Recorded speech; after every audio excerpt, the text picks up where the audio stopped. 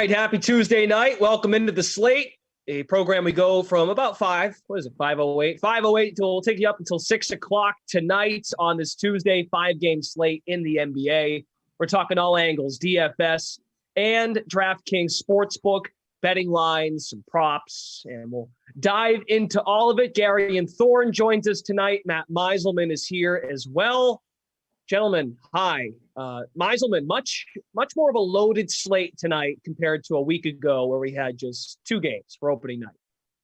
Yeah, we had to kind of stretch ourselves to find stuff to talk about with that one. I guess it was first night of the season, so we had just like our generic takes on what was going to happen for the season, how we thought the year would play out. Tonight, though, there's a lot of information for betting and DFS, and like a lot that we're still waiting on. The dynamics of both sports betting and DFS tonight could change quite a bit, maybe while we're on the show or maybe just later on. But I think there's a lot of different things to consider, so we should have a lot to talk about. Garion Thorne, how are you? What are your thoughts?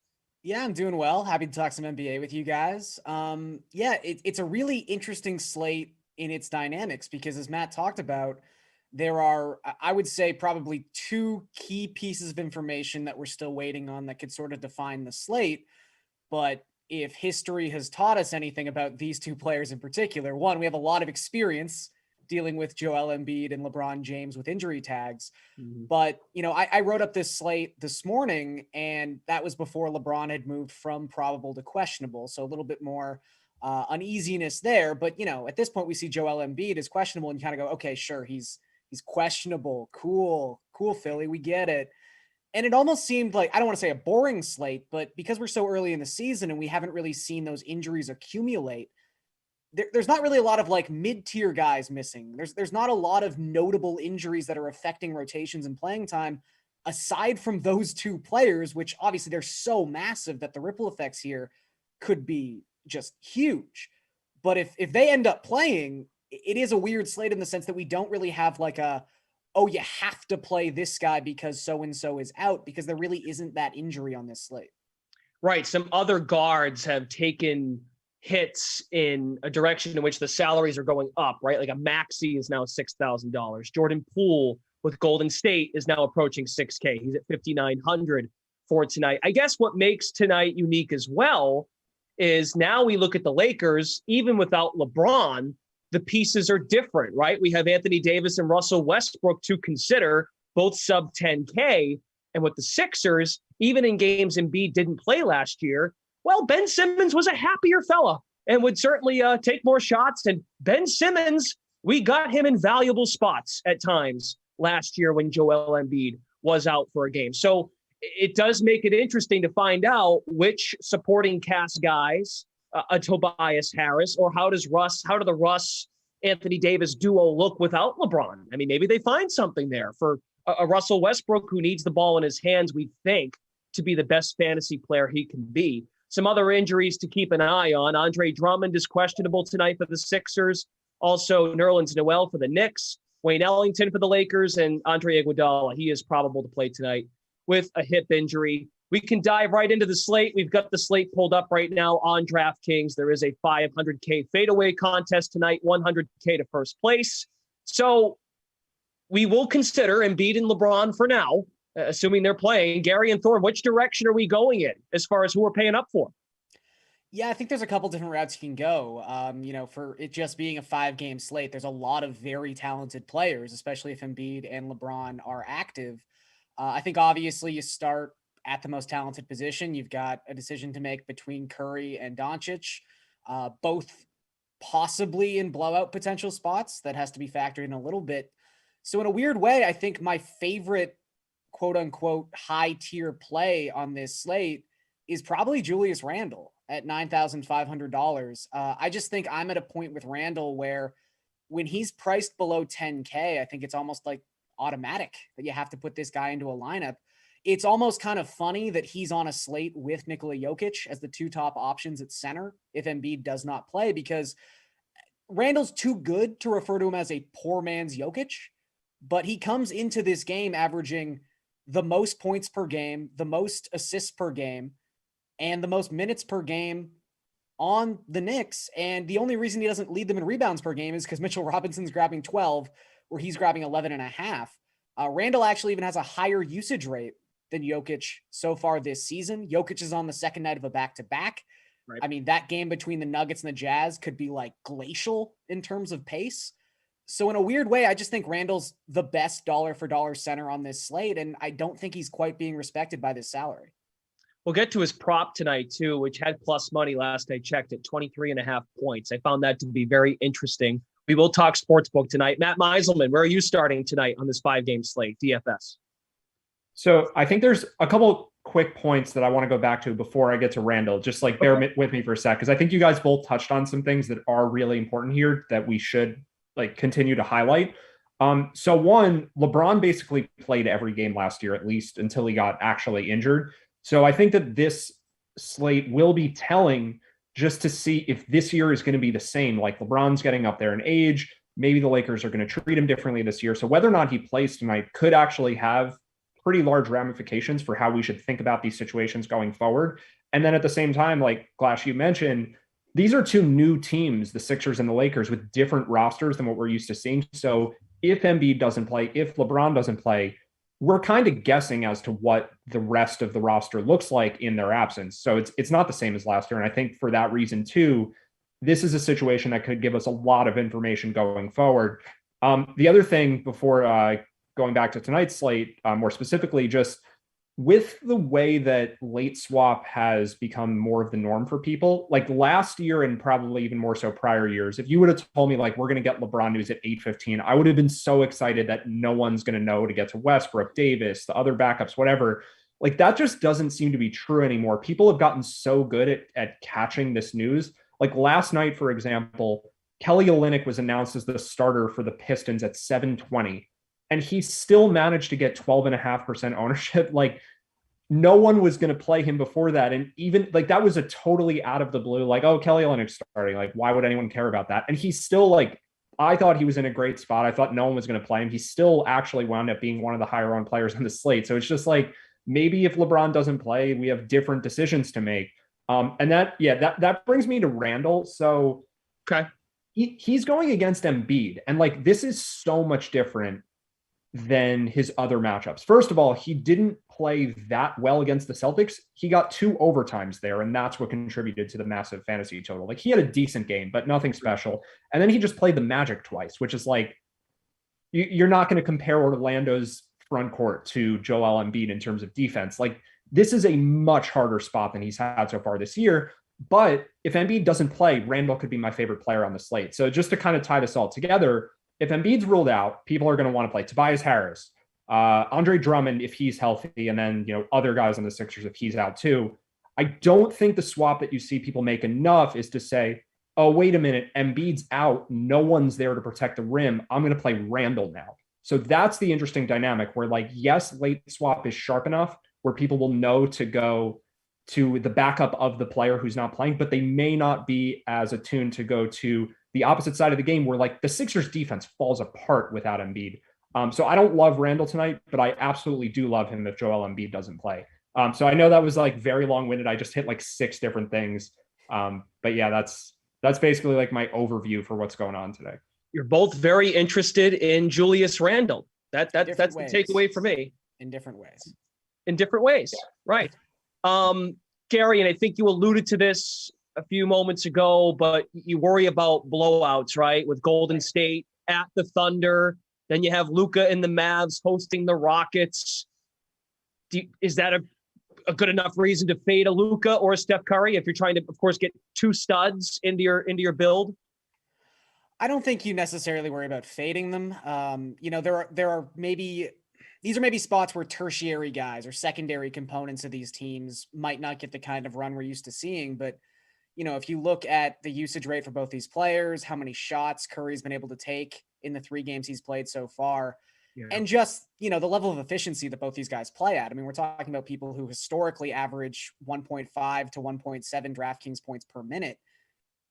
If they're in a great matchup like they are tonight, maybe they don't get 36 minutes, maybe they only get 30.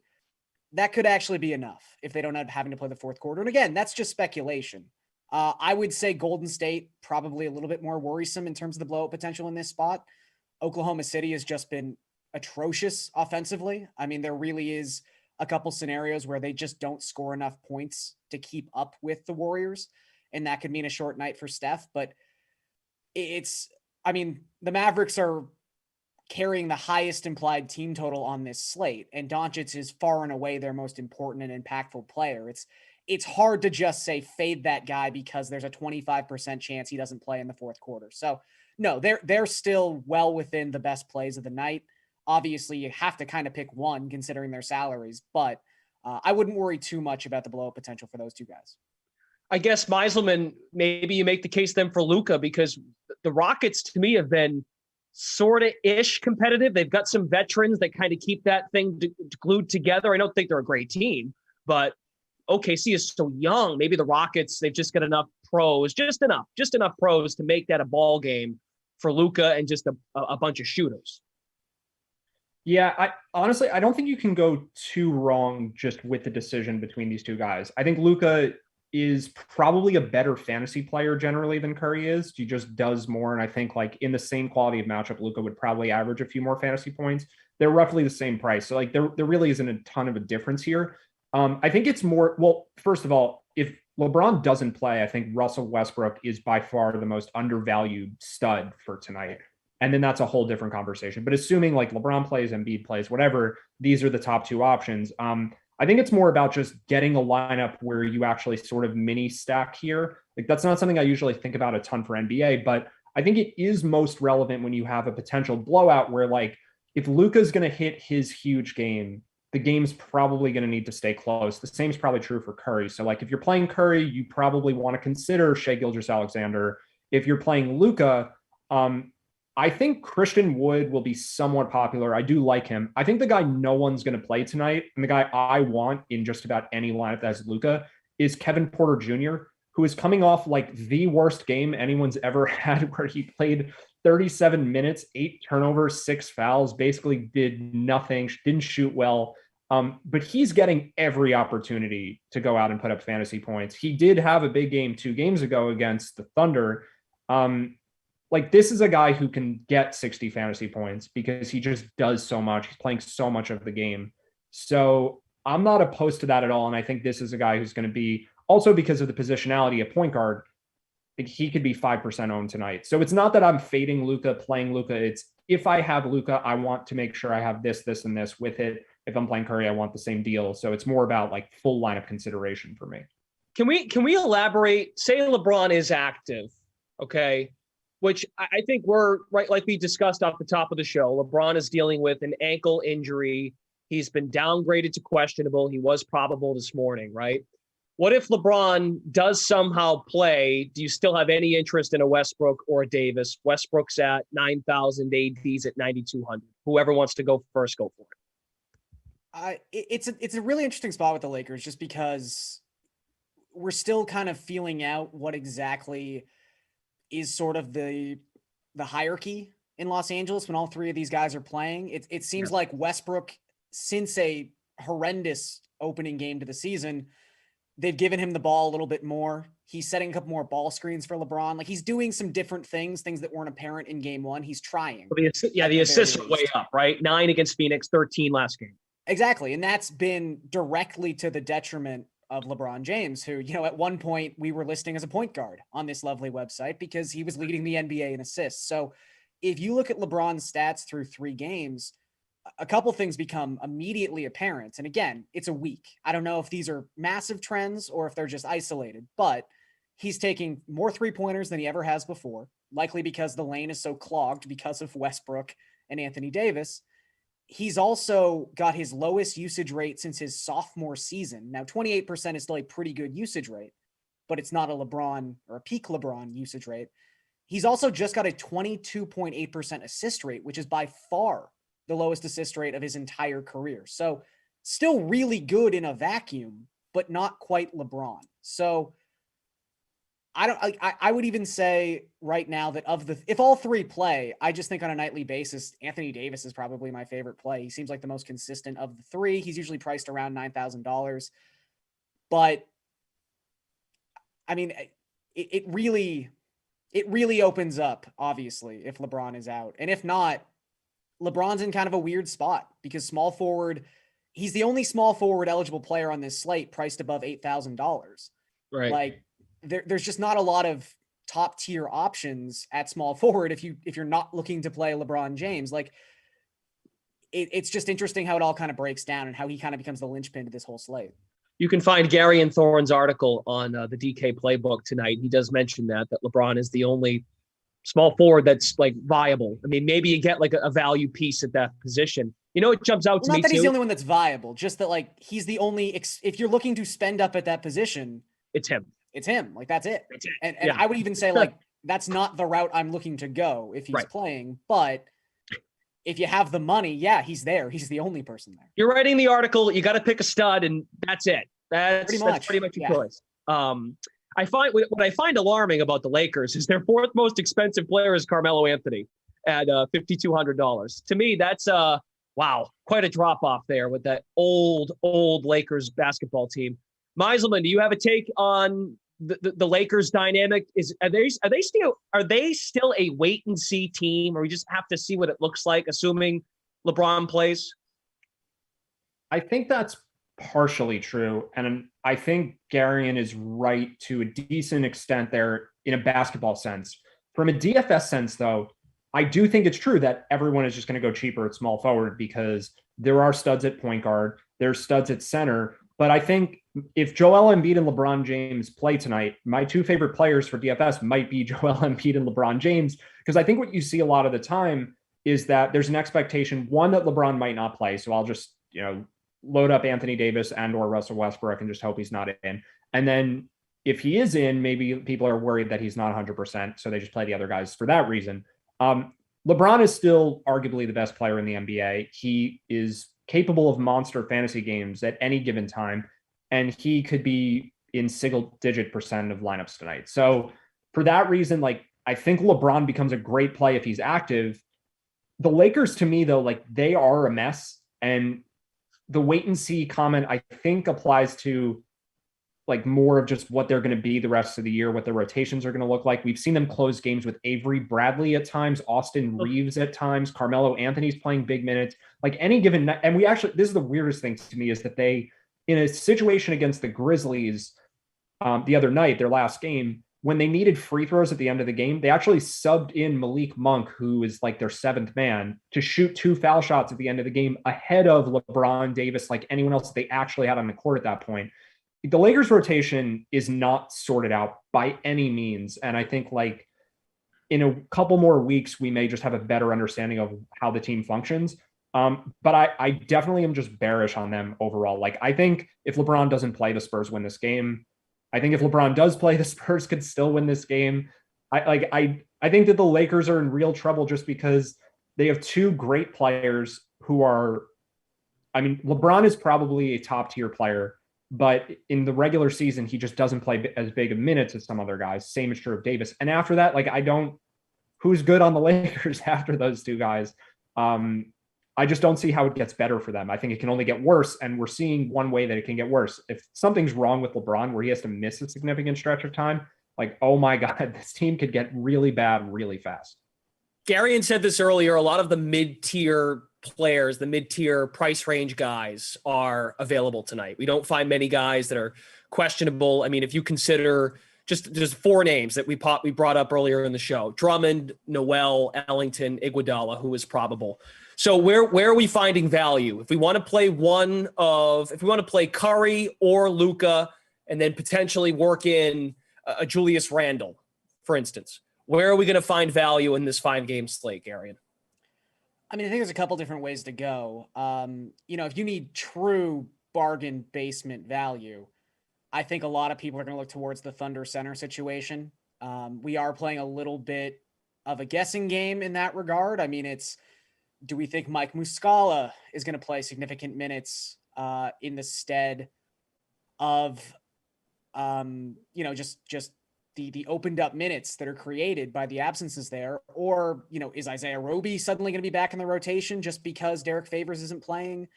How does that all work out? So I think you are playing a little bit of a guessing game. As Matt mentioned, we still don't really know a lot of what these teams' rotations are going to look like at this point. We just haven't seen enough volume of these squads.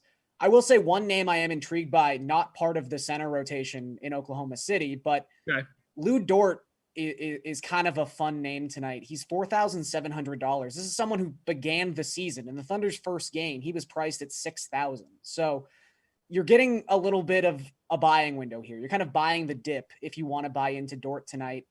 He's just shooting terribly. That's really the long and short of it. He's 33.3% from the field for the season. He's under 20% from 3-point range across the 3 games he's played. But, he played 37 minutes in their last game on Sunday against the 76ers. The volume and the potential is there for Dort to be useful. And he's a lot more engaging as a DFS asset when he's below 5K as opposed to when he's up around 6,000. So maybe you want to buy into a bounce back performance from Dort as everyone's sort of trying to figure out what the heck's going on with the center rotation for Oklahoma City. That's the cheapest you can get him at this point in the year, right? 4,800 against Philly. He's 4,700 tonight. So through 4 games, this is his cheapest salary. What about you, Meiselman? Where are we finding value? So my answer really is I don't want to try to find pricing value if we get the situation where everyone plays. If everyone that you listed off as questionable is active, this becomes a slate where, yes, guys like Dort and maybe Derek White and maybe Darius Baisley, maybe those players are underpriced, but they're only a couple $100 underpriced. Lou Dort probably deserves to be 5,200 or something. I agree he's a value, but if we have no real value, you're going to see massive chalk for the guys who are just marginal values. And they're going to do it so that they can fit Luka, Curry, maybe Randall, although I don't think he'll be quite as popular. I think the spend ups wind up being point guards, and then the spend downs wind up being basically every other position. So in that scenario, that's where I want to play Kevin Porter Jr., Christian Wood, all these mid-priced guys that are not quite mid-priced, they're more in the 6-7K range. So DeJounte Murray could be in that category. Tyrese Maxey at 6K. He's not really a value play, but I think that he has enough upside where I actually like him. Dynamics obviously change if Embiid's out or LeBron's out or both, but we're going to see a roster crunch where people play Doncic and/or Curry with a bunch of value plays that are only quote unquote value plays, and they're not really that great. So that'll be very interesting to see. First of all, if we get the news at all, and then if we do, when it is on LeBron and Embiid. I think it's interesting too, just to kind of speak in line with what Matt is saying, maybe taking a more balanced approach to lineup building as opposed to the stars and scrubs lineup build that we so often are able to use in NBA because of the just amount of injuries you generally get on a slate like this. I think a team that's perfect to build around in that capacity, and he just mentioned DeJounte Murray, the Spurs are in a really kind of fun DFS spot tonight. I mean, they're going up against arguably the perfect DFS opponent. You've got a Lakers team that right now has the 6th worst defensive rating in basketball, and they play at the 4th highest pace in the NBA. This should be a pretty up-tempo game for a Spurs team that generally does not play up-tempo.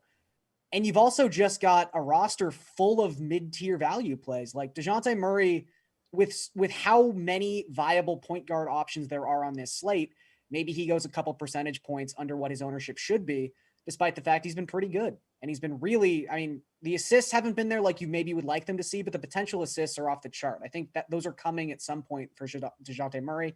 Keldon Johnson at $5,200. How often can you get someone who is currently leading his team in usage rate and points per game at $5,200? The secondary statistics aren't really the strength of Keldon Johnson's game, and that's where he kind of hurts you as a fantasy asset. But, even someone like Lonnie Walker, he's really only playing about 20 to 25 minutes per game, but he's $4,200. He's coming off the bench with a 25.5% usage rate.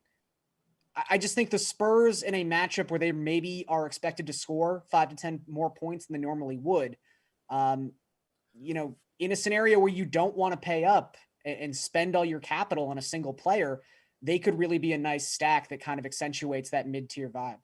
They've got the second highest total as far as game totals tonight at 223. Lakers haven't won a game against the spread this year. Both teams have hit the over in 2 of their 3 games. So the Spurs can score the basketball when needed. I'm sure these names I guess I'm wondering now, what does ownership look like for a Walker, for a Johnson, for a Murray if LeBron is out? Do you expect ownership for these mid-tier Spurs guys to go up, Matt? I actually think it goes down because then you get Lakers value plays. Yeah, Westbrook, maybe Davis, and then like Kent Bazemore, and then a couple other peripheral Lakers. Like I think the Spurs, the Thunder, and the Mavericks, the bargain plays on those teams are the chalk if everyone's healthy. And if we get players ruled out, I think we see that start to shift towards probably the other Lakers, where you get like, Westbrook and Kent Bazemore, I think are the two easiest examples. It is notable though, and Garion kind of just alluded to it, this total's gone up by about 3 points, even with LeBron downgraded. And LeBron is obviously a great offensive player, so you think like that makes no sense. And LeBron is not really known for his defense, at least not in the regular season at this point of his career either. I think the reason this total is going up so much is because the Lakers are just bad at defense. And we actually saw the total rise by 5 points last game when the Lakers played the Grizzlies. From open to close, it went from 220 or so up to like 225. If you look at the Lakers roster, like, they just got so much worse defensively from last year to this year. And even from 2 years ago, where they had someone like Danny Green, who was a good defender. And then last year they lost Kentavious Caldwell-Pope. Avery Bradley's a good perimeter defender. They can't really play him because he doesn't do anything on offense. So now you've got Westbrook, Rondo.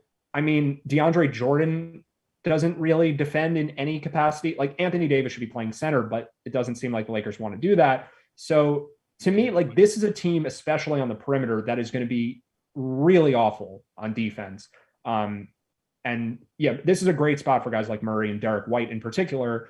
I like them more if LeBron's out though, because like we just kind of said, I think the ownership will be high on them, where maybe you just want to play one or two Spurs if it's the normal situation. But if we do get news where other players are ruled out, then I think actually getting more Spurs in at that point makes more sense.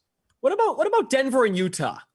Any interest in touching that game? We haven't talked about those two teams. Gary, and I realize your article touches on the early part of the day because Lakers Spurs is at 8:30. So is Houston and Dallas. But what about the late game? I just didn't write up any of those players. Okay. You said early slate, and I figured they were left out. But no, that makes more sense. I think though that is an interesting point, and I was actually just going to bring that up. Is okay. Good. There's so much attention going on these other games because again, when you look at Denver and Utah, this game profiles as a rock fight. It's going to be slow paced. The Nuggets second night of a back-to-back for Denver, as you mentioned. Yeah. And the Nuggets have just looked sluggish offensively. And I think really the key to that and the poster child of that, and that might affect his ownership tonight. Matt mentioned Kevin Porter as a guy that maybe you just expect to bounce back because he's asked to do so much and because he's coming off an awful game. I definitely think Michael Porter Jr. is in a spot where he's been horrendous. He's been absolutely terrible in his first 3 games of the season, but we know what his role with this team should be, especially with Jamal Murray out. I do think at some point he's just due to explode for 25, 30 points. And, the Jazz aren't necessarily the defense you would think that's going to happen against, but if his ownership is single digit at $6,200, not a lot of guys carry his ceiling at that sort of price point. So you don't feel great about it considering what we've seen from him so far this season, but I do think he could be a fun variance play. Okay, Matt, any thoughts on this game? Which, by the way, Utah is a 7-point favorite tonight. Yeah, well, first of all, it's interesting to see Denver as that large of an underdog. I guess still don't have Jamal Murray, so that's probably most of the reason for that. I do think Denver is probably a good team. Utah's right up there with the class of the NBA. But I agree, Michael Porter Jr. is probably the best small forward play points per dollar. Like, I think he is underpriced and he just hasn't done well. And so his price hasn't really increased. He's coming off a game last night where Denver got blown out at home by the Cavs. That actually happened. And he actually, Porter Jr. got in early foul trouble and still wound up having a respectable fantasy game with 26 points. I think this is very similar to the Spurs for me, where if we get news and people move away from the other value plays that we see now and get the Lakers value plays, that actually makes them play less of someone like Michael Porter Jr. and less of the Spurs players. And in that scenario, I think MPJ is one of the better plays on the slate. But if LeBron plays, like, I just want to play LeBron and then not pay up for Luka and Curry. Like, that's kind of the stand that I want to take there. We're still gonna have to find a couple sub 5K guys. Yes, and I actually my favorite player that you've mentioned so far as a salary saver is Mike Muscala. Like, I just don't think people want to click that name. Like, he and we may not find out he's starting until after lock. Like, that news could come at any point. If there's one super cheap guy, like, I don't want to play chalk Dwight Powell. That just sounds like a terrible idea. Like, he's just not a good fantasy player, and if there's any number of ways he doesn't get enough minutes. Muscala, though, like, if he actually does get minutes, he's someone who can produce pretty well. We've actually seen some big games from him last year. So yeah, like that's where I want to get the savings from. I don't want to get it from just playing like 4 Spurs players and MPJ, unless of course LeBron's out and then the slate shifts. So we're going to continue. Like, I'm going to have to give both sides of an answer for everything, I think, tonight until we know. But I really do think, like, it's such a big deal if LeBron plays or not. It's a great strategy, Meiselman. It really is. You know, you bail yourself out to being right no matter what. I can't be that wrong either way. I've got myself hedged. But if we want to, yeah, if anyone wants to find me and ask me okay, it's 8:15 now, what are you doing? Like, then I have to give a stand. So I guess at that point, I can be wrong then. He'll be preaching sense at preaching sense on Twitter once the news comes out. I may or may not respond, but that's where I am.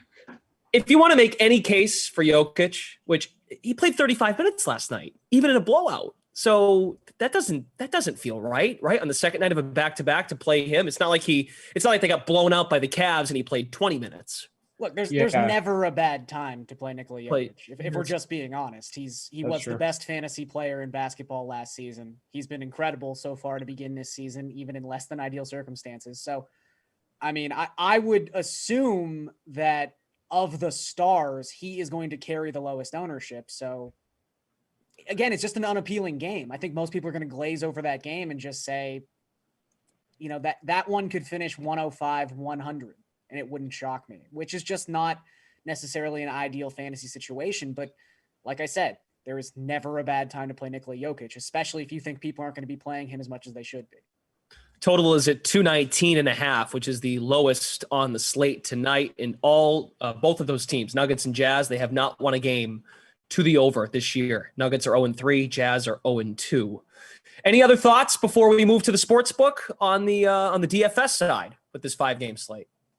I mean, I like Jokic also. I probably prefer Embiid for $800 cheaper if I'm right in assuming that people kind of get scared off that injury situation. Maybe he's not 100%. That could go either way, though. I really like both of those guys. If you can fit, that's really the key, right? Is if you can fit them in. But Jokic has massive upside against anyone. But yeah, I feel like we've covered just about everything we could for DFS, at least up to this point where we don't have all the news yet. I think we should be ready to go there. Yeah, we're still waiting to hear on Joel Embiid's status, questionable tonight with the knee, and also LeBron James, who was downgraded. Doc Rivers is about 20 minutes away from giving a very informative pregame press conference. Oh, no, wait. He'll say, we'll see. Yeah, what happens. Doc Rivers is he's the absolute worst. I mean, at a lot of things, but particularly when it comes to updates. Yeah, it's going to be like, yeah, we're going to. I don't know. You guys figure it out. Approach with that. Yeah, we won't know for a little while. Doc, the game starts in 2 minutes. We're going to wait and see. Yeah, I don't blame him though. You know, it's the psychological advantage, Glash. It is actually pretty amazing. It's amazing that we get as much news as we get because coaches have every incentive to not say anything. Steve Kerr's famous for that, right? With the Iguodala start in the finals a couple years ago. Wasn't that the case? He was asked about what he was going to do with the starting lineup, and Iguodala turned out to start. He didn't even tell the ABC crew. Oh, we had not even. It happens all the time. 3 days ago, the Raptors said they were going to start Goran Dragic and started Gary Trent. Like, this stuff. It's incredibly annoying. Let's just put it that way. Yeah. Well, we need to make sure Doc Rivers, the Sixers, I believe, have a relationship with DraftKings. So we'll have to talk to the Sixers brass and let them know that we have content to produce and shows to do to make our content better. Doc needs to give us more. I think I am correct. You just weren't good personal friends with every member of the Philadelphia 76ers that we had in the sweat last year? We'll get Edlow on it. Julian Edlow, I think, can get through to Doc Rivers. All right, let's go to the sports book. Whoa, you look at this. Sixers are now up to plus 2.5. This is a game to me that could be a lot of fun tonight, right? The Knicks have been fun. The Knicks are interesting. The NBA is better when the Knicks are good, I think, or relevant. And they've been relevant like for the last year or so with that 5 seed last year. And they're a 2.5-point favorite at home to the Sixers. Of course, this has a lot to do with whether or not Embiid plays. Maybe not. If Embiid is active, how much does that change? I mean, a massive amount, I would say. Massive? Okay. Well, my understanding is that we're seeing a line that is like 80% assuming he's in. Yeah. Where like it's not going to move very much if he's in. I think we probably see the Sixers drop to like plus 1.5 or plus 1 or something. It's probably a point off from where it would be if Embiid plays. And if he gets ruled out, we see the Knicks get up to like at least -5. Yeah. I mean, it was 1.5 this morning. So it really hasn't moved that much considering we don't have any definitive news for the Sixers. It's an interesting game, though. I mean, I'm not one to generally dive too much into, the historical trends that cross over seasons. Like, why do we care what the 76ers did last season in terms of a game they're playing this season? However, I will say, because this is a Doc Rivers team at this point, the Sixers have only won. Doc Rivers show now. It is a Doc Rivers show. The Sixers have only covered 6 of the last 28 times they are an underdog on the road. They play a lot better in Philadelphia than they tend to play outside of Philadelphia, whereas the Knicks have covered 11 of their last 16 games as a home favorite. I liked it obviously more when it was 1.5 than it is at 2.5, but I am leaning Knicks tonight, even with the Embiid thing still up in the air. If Embiid doesn't play, though, this is an enormous value opportunity on the Knicks. Like 2.5 is not even close to it, especially without Simmons being there. Yeah. And I know people will say, well, like Drummond is not really a good basketball player. He's anything a really he good gets to offensively, he immediately takes away defensively. Yeah. So. Like I don't even think Drummond is there for a night like tonight. If Embiid can't go, maybe we have like 3/10 of what Embiid brings with Drummond, and maybe he gives us a chance. If he doesn't play, that's why he's there. We actually we're getting news on the Knicks now, so maybe that probably doesn't mean the Sixers news are going to follow suit. But Nerlens Noel's out, which I think probably doesn't change much for Randall's playing time, but it does make me more interested in Mitchell Robinson. But if we actually do see Embiid sit, like Drummond is going to get mauled by Julius Randle. Like he is. I don't think he's well suited to be able to guard someone like that. I think like it's going to set up so much better for Randle. Where like whether or not you bet, I usually don't put this much stock into opposing matchups, but whether or not you like the Randle over bet that you mentioned before, I think has everything to do with whether or not Embiid plays. Okay, so it's a plus. Well, let's check that out. Let's see if it's still plus money. Julius Randle. Nope, that's first field goal. Julius Randle. -110. It moved. There you go. Is that the same? That's the same 23.5.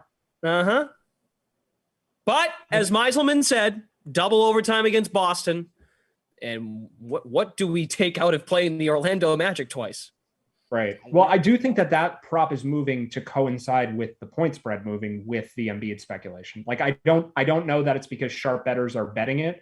I think it's like if we knew what all of the Knicks prop lines were before, I think they probably all went up fractionally just because of the speculation that Embiid might not play. And if Embiid does wind up starting, I think we might get our plus money back on the Julius Randle over. Like it might shift everything back towards the Sixers side. We could call Kenny Ducey. I'm pretty sure he like tattoos the Knicks player props on his arm memento style before every single game. So he knows what Alec Burks' line was. Yeah. He could tell you what the Knicks props were at like every interval of the day where he checked the sports. Oh yeah.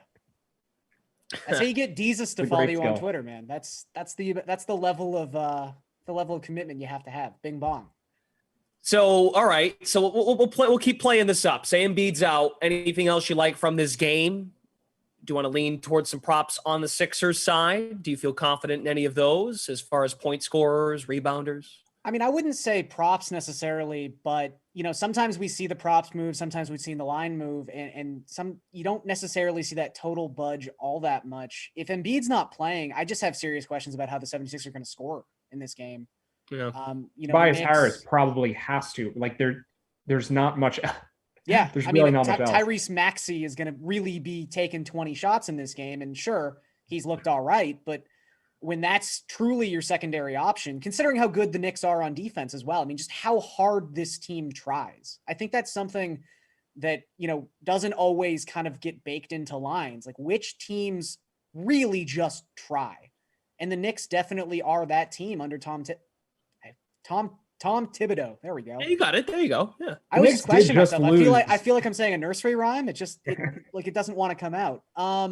So I would take a strong look at the under. Nick Nurse. I mean, Nick Nurse. That's quick though. It's quick. Yeah, Nick Nurse. The Knicks just did get handled pretty well by Cole Anthony at home and in a losing effort at home to the Magic. It's the regular season. That's a parental revenge game though. That's a whole other set of extrapolating circumstances that we can't even get into. I would probably grant you that they have more motivational reason to not roll over in a game against Philly. Like Orlando, it's easy to see why they might not have had the same level of preparation. I'm not going to put too much stock into that, but I think we all agree anyway, Embiid probably plays. Yeah. And LeBron is the much more concerning question mark. I want to talk about that game too. Lakers are 0-3 against the spread. They have one win. They're 1-2. 3 points, losing 3 against the Spurs. Are we at a point where we can think about this, or what if LeBron doesn't play? How much does that move? Does it move closer to a pick'em? I think the Spurs are favored if LeBron doesn't play. Well, okay, maybe I should rephrase. The Spurs should be favored if LeBron doesn't play. I don't know if it quite gets there. Maybe it gets close to pick'em, but not all the way.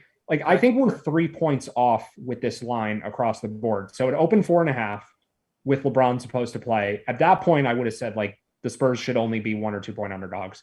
With LeBron 50-50, I think the Spurs should be favored. And if LeBron doesn't play, I think they should be even larger favorites. I just really think the Lakers are going to have problems against, the Spurs aren't a bad team. They're okay. There's plenty of talent to go around there.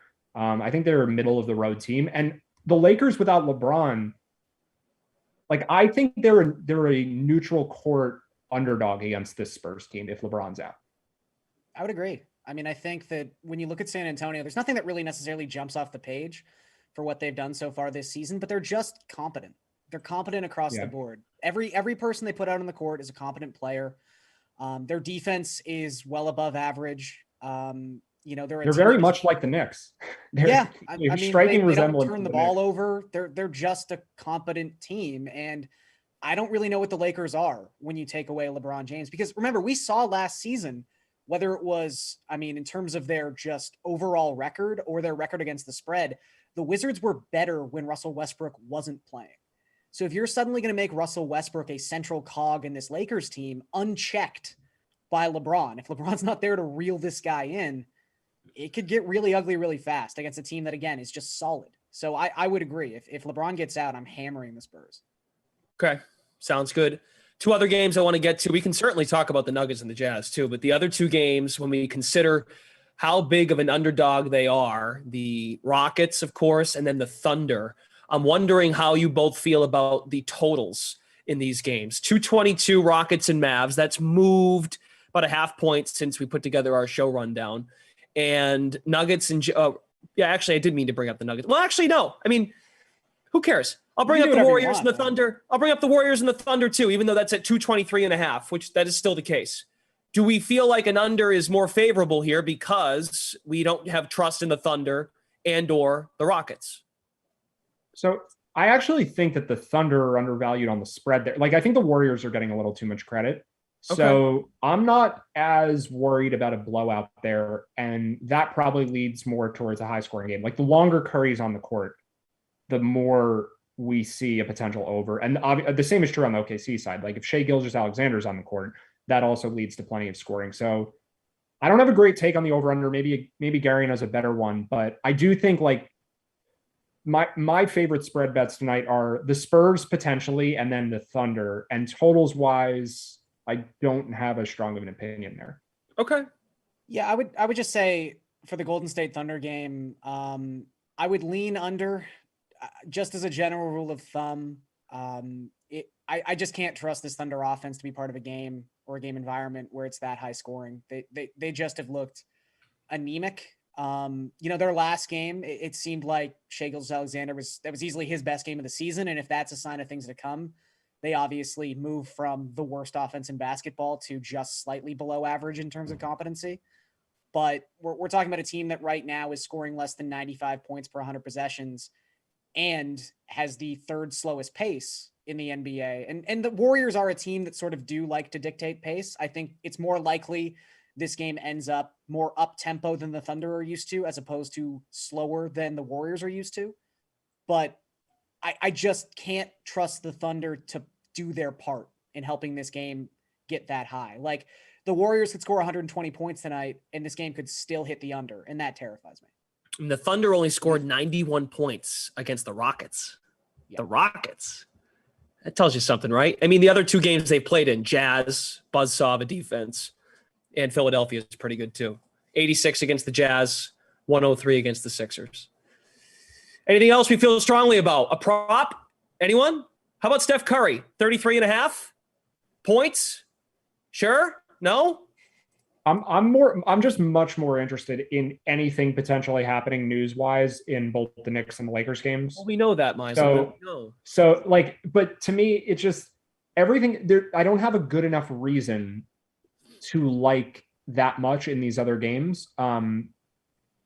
Yeah, I mean, Curry should do well. That is a big number, though.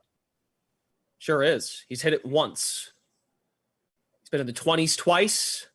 And yeah, then I'll give a pick there. I'll lean under. I think that's probably fair.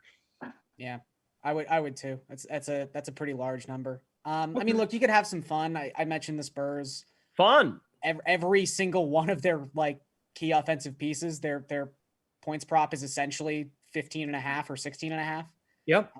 If we do just think the Lakers cannot defend, and I strongly believe that, I think you could take the over for Murray. White would be a possibility. Keldon Johnson's, I think, is maybe my favorite, but that's been priced up a little bit. I think you could take either one of those and feel pretty good about it. Okay. Very good. How about this before we go? Give me real quick, and then we'll bounce. Who's the stud to play tonight on the slate? I'm gonna go Embiid. I just don't think people. I don't think people want to play him because he's got this questionable tag. And I think that just the way the slate breaks down, we're going to see most lineups use Curry and or Doncic, and many are going to have both. And I just don't think Embiid is popular enough. So yeah, at what should be a massive ownership discount off of those other guys, I think he's just as likely to have a huge game as anyone. All right, Garion, take us home. Who's your guy? It's the chalk, but I'll say Doncic has the most DraftKings points by the end of the night. If you're looking to just tent pole a lineup around one guy, $10,900, highest implied team total on the slate. He really just does everything for that squad. I think, we didn't really mention Kristaps Porzingis, who's taking 300 shots per 100 possessions so far this season. He could be in a nice spot too if this game ends up close. It's kind of like Matt was talking about earlier. If you want to stack some of these games that have blowout potential under the assumption that they actually stay close, Porzingis seems a little underpriced tonight for the role he's been playing, despite the fact he's yet to actually reach 30 minutes played this season. You can find Garion on Twitter at Garion Thorne. He's got an article up for tonight's 5-game slate on the DK playbook. Matt Meiselman is at Preaching Sense. These guys were great today. And best of luck, everybody, with your NBA lineups, your NBA bets, wherever you may be. Be sure to get involved on DraftKings and also the DK Sportsbook. The slate returns tomorrow in that 5 o'clock window. We'll have golf and NFL discussion with Emerson, Jeff, and Reed. And don't forget, the sweat is at 11 a.m. weekdays here on DraftKings, Twitch, YouTube, and also streaming live on Twitter. I'm Brendan Glasheen. Thanks for watching the slate, and you all have a great rest of your Tuesday. Thanks to Eamon and Tom as well. Good night.